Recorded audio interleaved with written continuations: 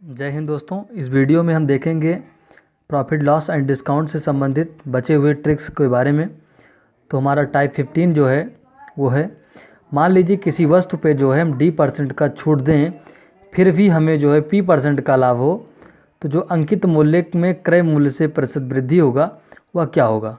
तो वो होगा P+D/100 - D × 100, अर्थात profit plus discount upon 100 minus discount multiplied by 100।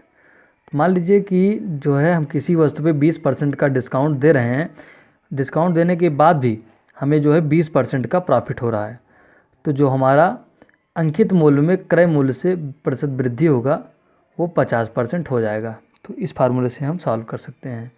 अगला देख लेते हैं हम। यदि किसी वस्तु पर, मान लीजिए कोई वस्तु है, उस पर हम D1% छूट दे रहे हैं, फिर भी P% का लाभ हो रहा है।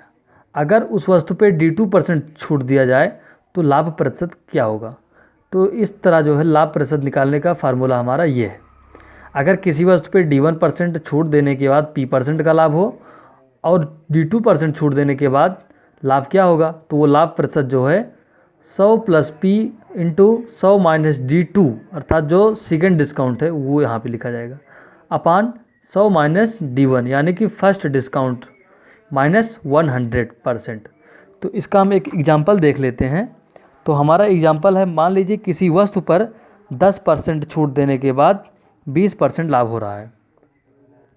मान लीजिए कोई वस्तु है जिस पे हम 10% छूट दे रहे हैं, छूट देने के बाद भी जो है 20% का लाभ होता है। तो अगर उस वस्तु पे 20% का छूट दे दिया जाए तो लाभ कितना होगा? तो लाभ प्रतिशत जो होगा वो हम जो है इस फार्मूले से जो है निकाल लेंगे। तो इसमें दिया गया है D1, मतलब D1 का मान जो है 10% दिया गया है और P दिया गया है 20%।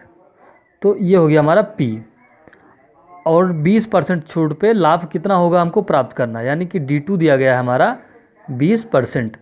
तो इसका जो लाभ परसेंटेज हो जाएगा उस फार्मूले पे हम पुट करके जो है इसको प्राप्त कर लेंगे।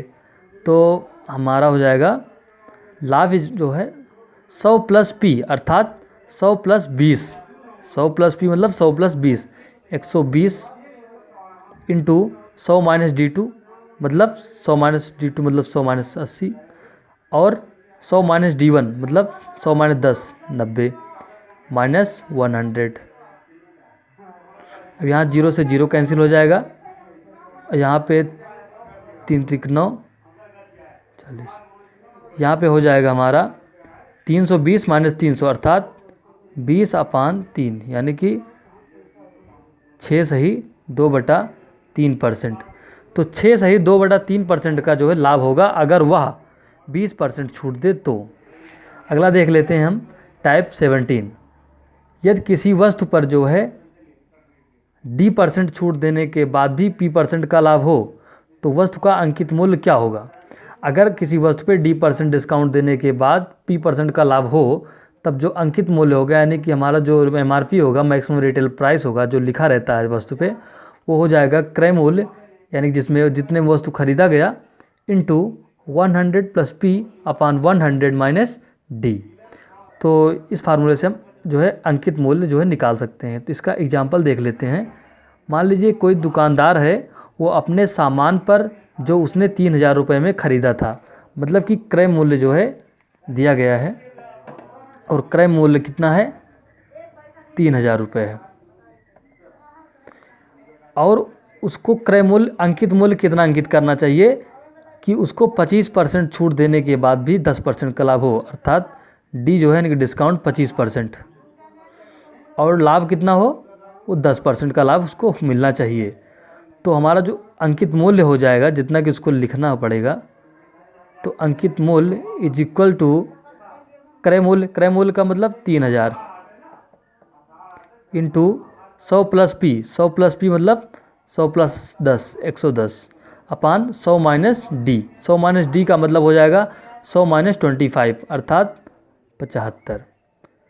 तो जो है ये जो है कैंसिल हो जाएगा, इससे 4 बार जाएगा ये, तो हो जाए इसका आंसर जो है 4,400। अतः जो है उसको 25% छूट देने के बाद भी 10% लाभ प्राप्त करने के लिए 44 रुपये जो है उसमें मूल्य अंकित करना पड़ेगा। अगला टाइप देख लेते हैं हम, टाइप 18। यदि किसी वस्तु पर क्रय मूल्य से x% अधिक अंकित करके कुछ छूट देकर p% का लाभ कमाया जाता है तो छूट की दर जो होगी, यानी कि अगर कोई वस्तु है उससे हम क्रय मूल्य जितने में वस्तु खरीद रहे हैं उससे हम x% अधिक जो है अंकित कर दें और फिर हम कुछ छूट दे दें तो हमको फिर भी p% का लाभ मिले। तो जो हम छूट दे रहे हैं वो हम इस फार्मूले से निकाल सकते हैं, कितना हम छूट दे रहे हैं। तो हमारा फार्मूला है x माइनस पी अपान 100 प्लस एक्स इंटू 100। हम एक इसका एग्जाम्पल देख लेते हैं। इसका एग्जाम्पल हो जाएगा, मान लीजिए कोई व्यापारी है जो कि अपने सामान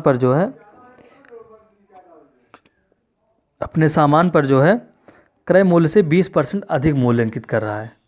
क्रय मूल्य से 20% अधिक अंकित कर रहा है। 20% अधिक मतलब x का मान जो है वो 20% है, यानी कि 20% अधिक अंकित करता है, जबकि तो वह कुछ छूट भी देता है, जबकि p% का लाभ उसे प्राप्त होता है। यानी कि लाभ जो है मिल रहा है उसको कितना परसेंट, 8% जो है उसको लाभ मिल रहा है। ठीक, तो जो है उसका जो छूट का दर होगा यानी कि डिस्काउंट होगा वो कितना है, हमको यही फाउंड करना है। तो जो डिस्काउंट होगा हमारा यानी कि डी जो है वो x माइनस पी अर्थात 20 minus 8, x minus P 20 minus 8, तो 20 माइनस 8 हो जाएगा 12 अपान 100 प्लस x का वैल्यू जो है 20 दिया गया है तो यहाँ हो जाएगा 120 इंटू 100। तो इससे कैंसिल हो जाएगा, तो ये हमारा आंसर हो जाएगा 10%। अतः जो है हमारा जो आंसर हो जाएगा, अगर व्यापारी जो है अपने सामान पर क्रय मूल्य से जो है 20% अधिक मूल्य अंकित करता है और इस पर जो है 10% का छूट देता है तो उसको जो है 8% का लाभ प्राप्त होगा, यानी कि आंसर हमारा हो जाएगा 10%। तो यही हमारा 10% जो है आंसर हो जाएगा। तो आपको ये ट्रिक कैसा लगा कमेंट करके ज़रूर बताएं। धन्यवाद, जय हिंद।